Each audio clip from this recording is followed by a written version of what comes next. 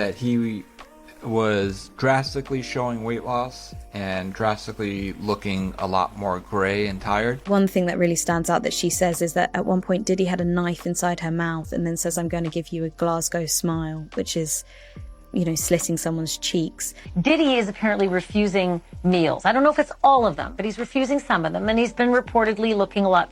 Diddy Combs, the iconic music mogul, is reportedly struggling emotionally and physically as he faces serious charges while incarcerated. A leaked audio clip shared by CNN allegedly captures Diddy crying inside his cell at Brooklyn's Metropolitan Detention Center. Diddy has shown noticeable physical changes while in prison, appearing thinner and grayer. Reports suggest he is battling with tension problems and paranoia about food safety, leading him to skip meals. Diddy had a court hearing or a court appearance, and a lot of the headlines were, because there's no cameras in there, but the journalists that were in there said that when Diddy came out that he was drastically showing weight loss and drastically looking a lot more gray and tired. I wanted to see if you had any thoughts on that, on his appearance, and if you had any thoughts on the court hearing itself. Well, the weight loss, okay, yeah. You don't eat like you eat. He ain't drinking like he been drinking. I think it was popping bottles. It's a lot of sugar and alcohol. He definitely ain't eating like he is. And stress is a motherfucker. They don't sell dark and lovely in there, y'all. But that's all that is, y'all. Diddy, you stress a lot more. You get gray when you're stressing, right? Man, y'all just don't understand. Niggas is shitting more too. When you going through stress and your life change, y'all think about how y'all body act when you either eat a lot or you don't eat a lot. Your body do crazy stuff. We all deal with things different. A lot of people get gray, when they stressing and all of that. Can't stop shitting. Sitting on the toilet daily when you're stressing. Me, I eat a lot. Diddy Combs, known for his extravagant lifestyle and access to the most luxurious meals, is reportedly struggling to adapt to prison food. Accustomed to a diet of expensive, high-quality cuisine, the stark contrast of prison meals has reportedly left him skipping meals entirely. Sources indicate that Diddy has expressed disdain for the standard prison fare, which is a far cry from the chef-prepared dishes he's used to in his life of luxury. High-profile inmates like Diddy often harbor concerns about the safety of the meals, fearing tampering. His inability to adjust to this basic aspect of prison life has further isolated him both physically and mentally. The psychological toll of going from the top of the entertainment world to living in a prison cell is palpable. Prison experts say that Diddy's behavior mirrors that of many high-profile prisoners who struggle to adapt to the extreme changes in their daily routines. For Diddy, food has become a symbol of his loss of control and a stark reminder of his changed reality. Diddy is apparently refusing meals. I don't know if it's all of them, but he's refusing some of them, and he's been reportedly looking a lot thinner. Why would that be? Maybe he doesn't like the cuisine, or maybe now that he's actually in a dormitory unit, he's not living in his cell. Well, he's living in the cell, but he's not in there all day long. Now he can buy items at the commissary, and because of that, he may be making his own food. He probably has access to a microwave oven, or maybe like boiling hot water, and they make burritos and different things. He doesn't want to eat the prison food, I suppose, because he's scared somebody's going to put something in it. I've said this before. That's the way to get to this guy.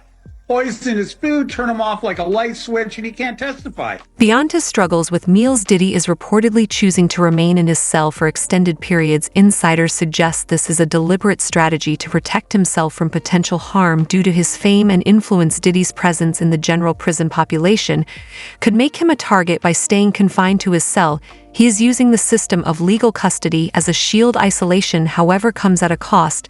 While it may protect him physically, it also limits his social interactions, exacerbating feelings of loneliness and anxiety. Diddy's reluctance to engage with the broader prison community shows how his fame has become both a blessing and a bad thing. Diddy is refusing to leave his jail cell, but it might not be for the reason that y'all think. Now, usually when somebody is in jail or prison and they refuse to leave their cell, it's because they're scared of the other inmates, and it's called called a PC move. It's like putting yourself in protective custody. That's not exactly what Diddy is doing here, even though I'm sure that does have something to do with it. Diddy allegedly refuses to leave his jail cell to avoid more of these assault lawsuits. According to this article, Diddy is refusing to leave his jail cell when they call him down to book in to serve him with more lawsuits. If you're sitting in jail and they're going to serve you with more charges or more lawsuits, they call you down to book in and you have to sign for it. But if you refuse to leave the cell, they only have two options: come back later, or they can actually pay a sheriff's deputy to come down and serve you at your cell. This is exactly what they're going to end up doing here, so everything that he's trying to get out of this stuff is not going to work. It's a nice try, but you can't hide from justice for... A guard at Brooklyn's Metropolitan Detention Center has provided rare insights into Diddy's day-to-day life in prison. According to the guard, Diddy has been placed in a personal cell separate from the general population. This move was made to ensure his safety, as high-profile inmates often face unique risks in prison settings. The decision to keep Diddy in a personal cell highlights the complexities of managing celebrity inmates. While such measures are designed for protection, they can also lead to accusations of preferential treatment.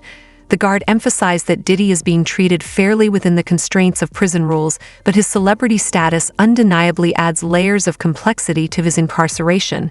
That Diddy is in protective custody there? Yeah, he's a celebrity. And by himself. Any celebrity go to jail, you have to be, you can't be around people. You're a celebrity. You could manipulate people, you could do whatever. Even around the COs, it's Diddy. The CO's going. Yeah, from my experience, I think they're keeping him by himself. Yeah, I don't think they're going to put him in a cell. That's why with everybody someone. he's not gonna, unless he says, I want to be with I want to be out there. And they ain't gonna put him out there. And it's a risk doing that. Now, is there a private unit for someone like him, or is he just in a cell in the SHU? Yeah, he probably would be in the they probably would keep him in SHU. But if he feel like it's in, the SHU is different. You know about SHU, so the SHU is a little. They probably would keep him there for a little while, and then if he say he want to get out to society, then they could push it for him to be there. But not in Gen Pop. Not in Gen Pop. They probably could put him in Gen Pop, but I don't think they would. That's scary. It's a scary situation. They're not going to risk that after Epstein. Amid the swirling rumors and revelations about Diddy's past, Tupac Shakur's former girlfriend has weighed in a recent interview. She expressed little surprise at the allegations and controversies surrounding Diddy.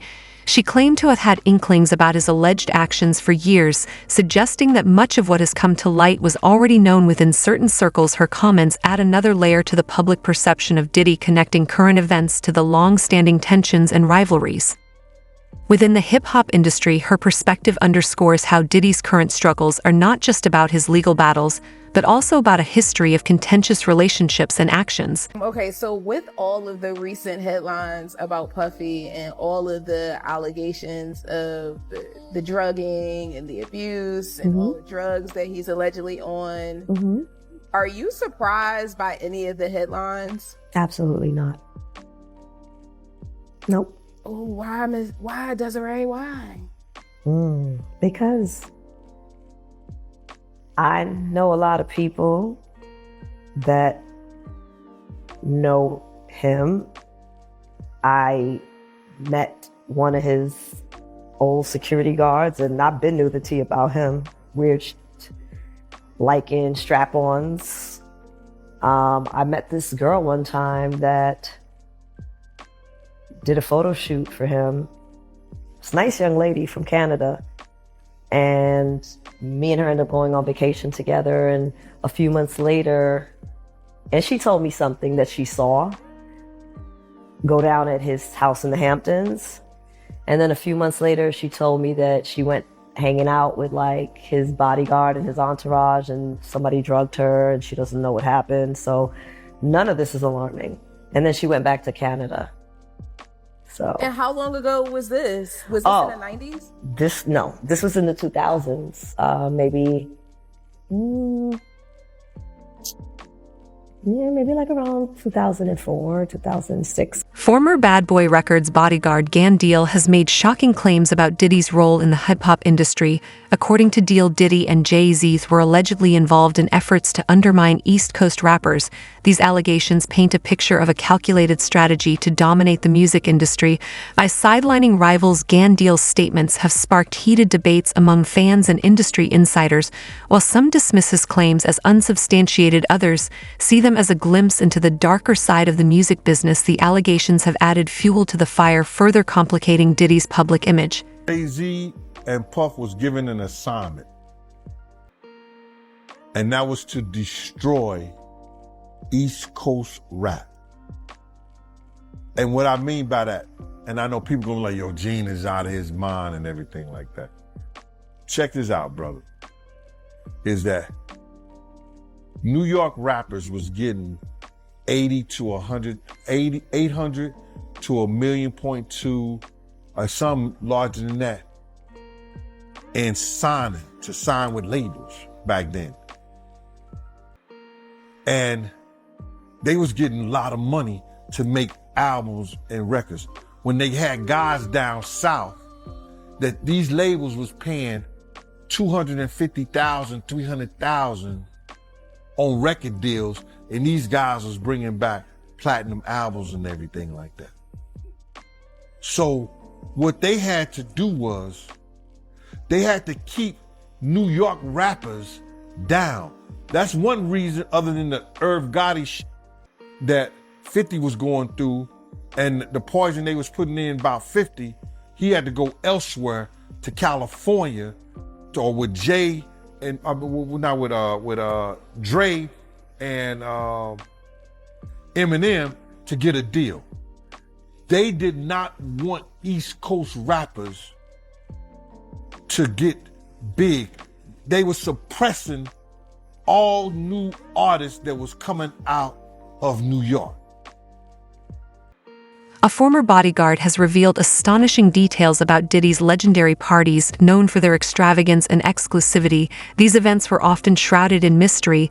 The bodyguard described scenes that many would find hard to believe, with celebrities' wealth and decadence on full display. While these revelations have captured public attention, Diddy's legal team has been quick to defend his reputation.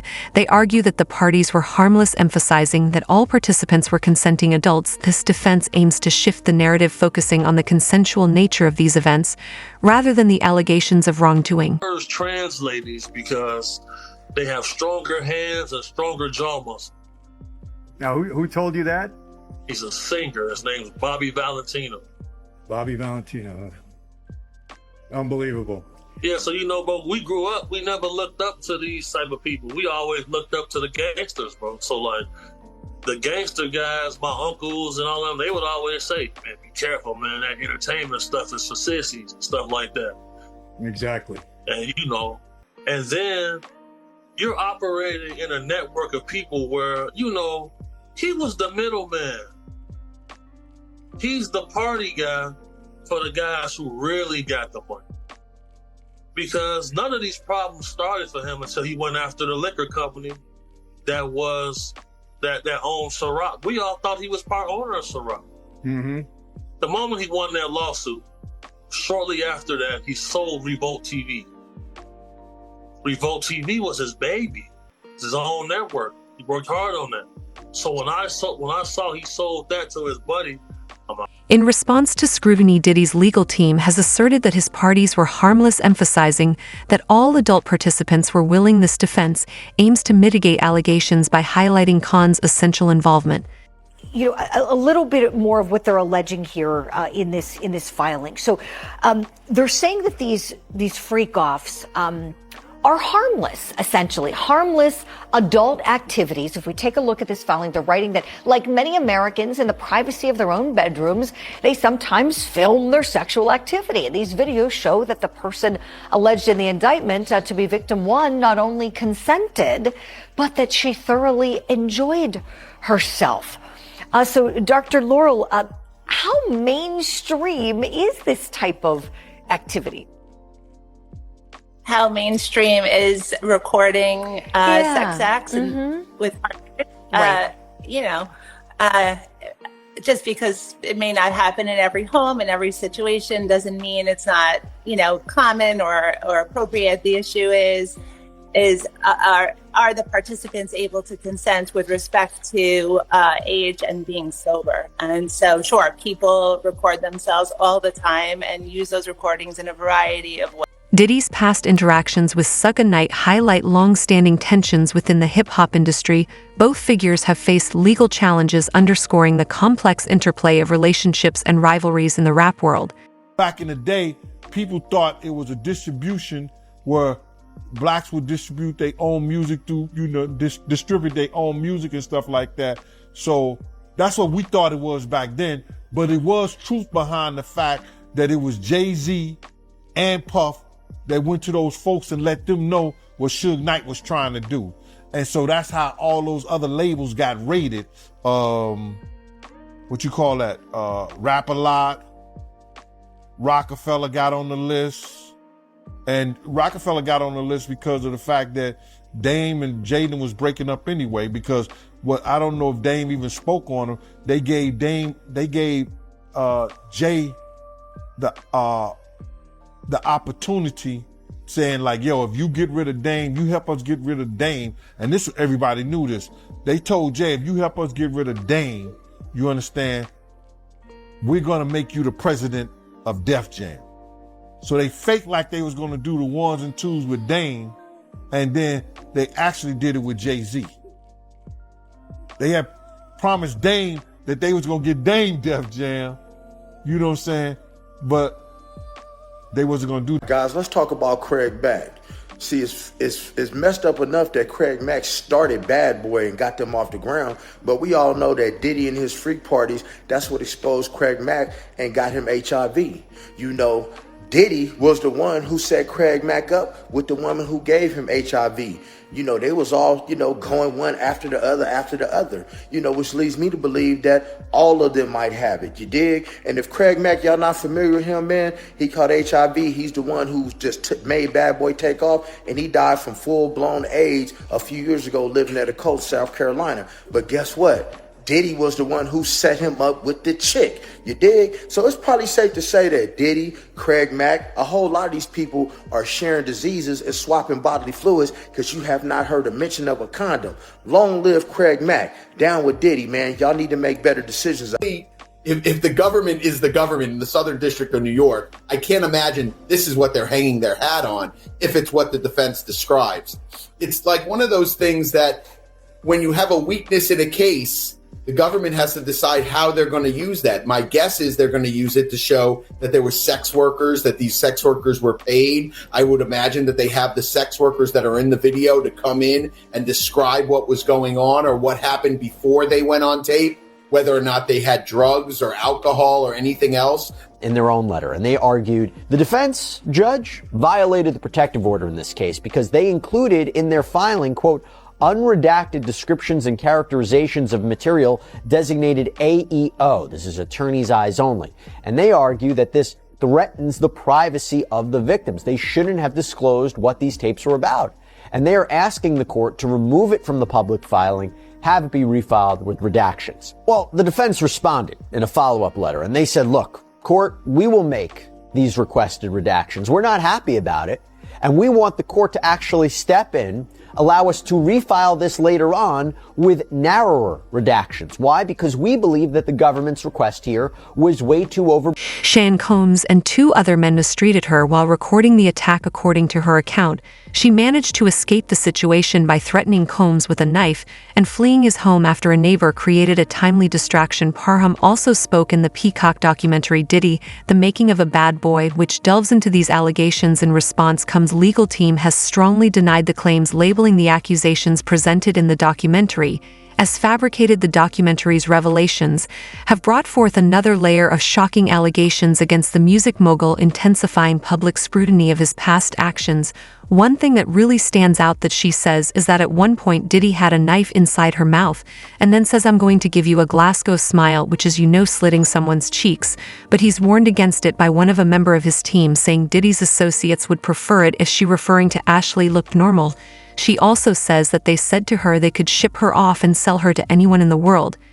and she never be seen again by her parents or loved ones. Now, Ashley did make a police report in 2018 at the time of the alleged incident, and now the Contra Costa Sheriff's Department confirmed her report was thoroughly investigated and it was determined the claims were unfounded. Did's team said Mr. Combs was nowhere near Orinda, California on the day that she claimed she was assaulted. There's no evidence that Mr. Combs was ever even in the same room as the alleged victim. She's completely unbelievable, and no sane person who used the evidence credit her story. That's it for today's video. Stay tuned until next time. Bye-bye.